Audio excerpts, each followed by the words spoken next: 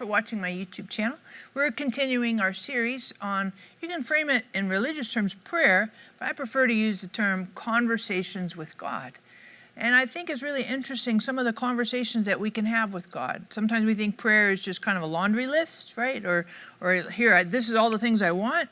But if you look at prayer in terms of a conversation with God, then there's back and forth. There's interaction. There's dialogue. It's not God telling you, commanding you to do all these things. It's not you giving God your Christmas list, wish list. But rather, there's discussion, dialogue. What about this? And hey, how about that? And asking questions. Well, did you think about... And you see this as we continue this series. We started last week with Adam. But the second conversation with God that we read about in the Bible is in Genesis chapter 4. And it's with Cain. And I find it really interesting because Cain had a brother named Abel. Abel offered God a sacrifice of like sheep and goats, livestock. And Cain offered God a sacrifice from the fruit of the ground.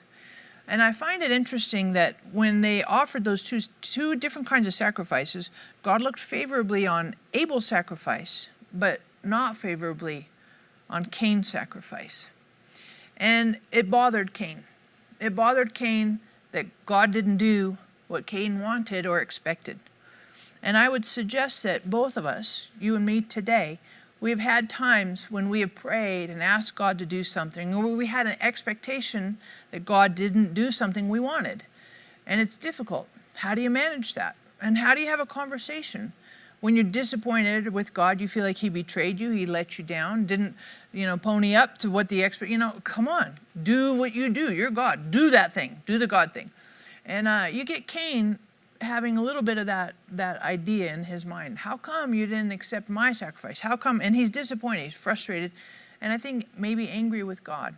But I appreciate that God doesn't let that kind of put him off.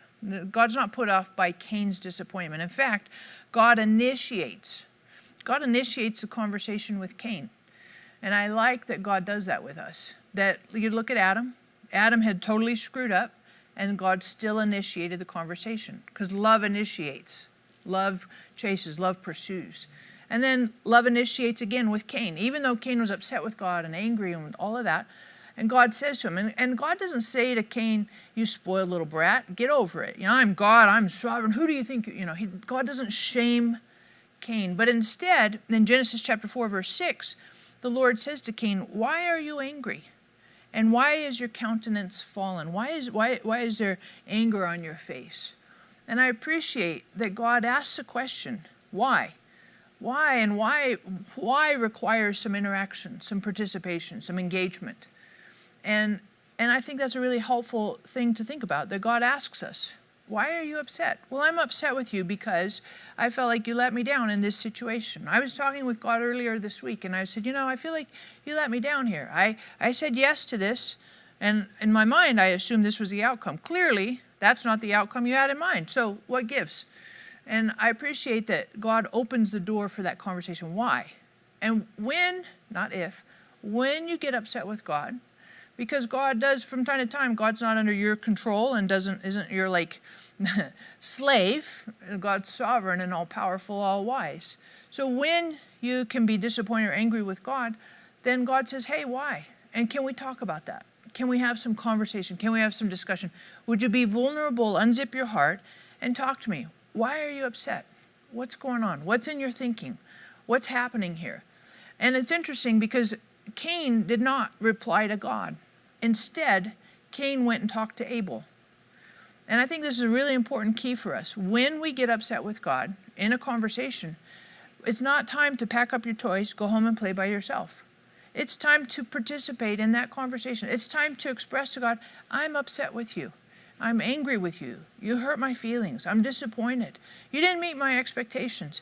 And step into that conversation, because the truth of it is, the conversation will facilitate a closer relationship with God. It may take some time, indisputable, for sure. And a journey and a walk with God isn't like a one-off transaction.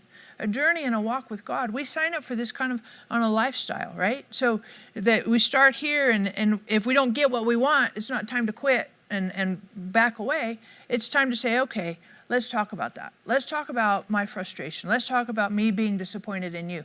And step in and let God talk with you. Let God work and explain.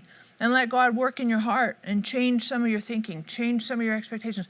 Let God participate. Cain did not. Cain walked away from the conversation. He walked over, talked with Abel, and we do that a lot. We talk with our friends, talk with our small group about God, all this stuff. But Cain talked to Abel and wound up killing Abel. And God was trying to prevent that from happening, and now God has to fix it. Just like he had to fix it with Adam, now he has to fix it with Cain. And so God continues the conversation. God comes after Cain again and says, this is not a good thing. Why? What's going on? What did you just do? Where is your brother? And I appreciate that God keeps pursuing and keeps wanting to communicate and converse with us. So I just encourage you today, if you're watching and you're discouraged with God, or somebody that is discouraged, frustrated, maybe he's walked away from God. I'm upset, and I want to turn away. Maybe you could pass this on to them and say, that's okay. God, it doesn't make God unsettled when you get angry or upset with God. God's like, we can talk about this. Come, let us reason together. Let's participate in a conversation. So thank you so much for watching. You can share this with a friend. That'd be great. Give me some feedback, thumbs up. Love to have you, or thumbs down. Love to have you subscribe. That would be awesome. And of course, here is our concluding joke, because this is always very fun. And we love these. I know, you're like, ugh, we could be somebody else. However, the past, the present, and the future, they all walk into a bar, and it was tense. Past, present, future, it was tense. I know, next week will get way better. So thanks again for watching. Catch you next week.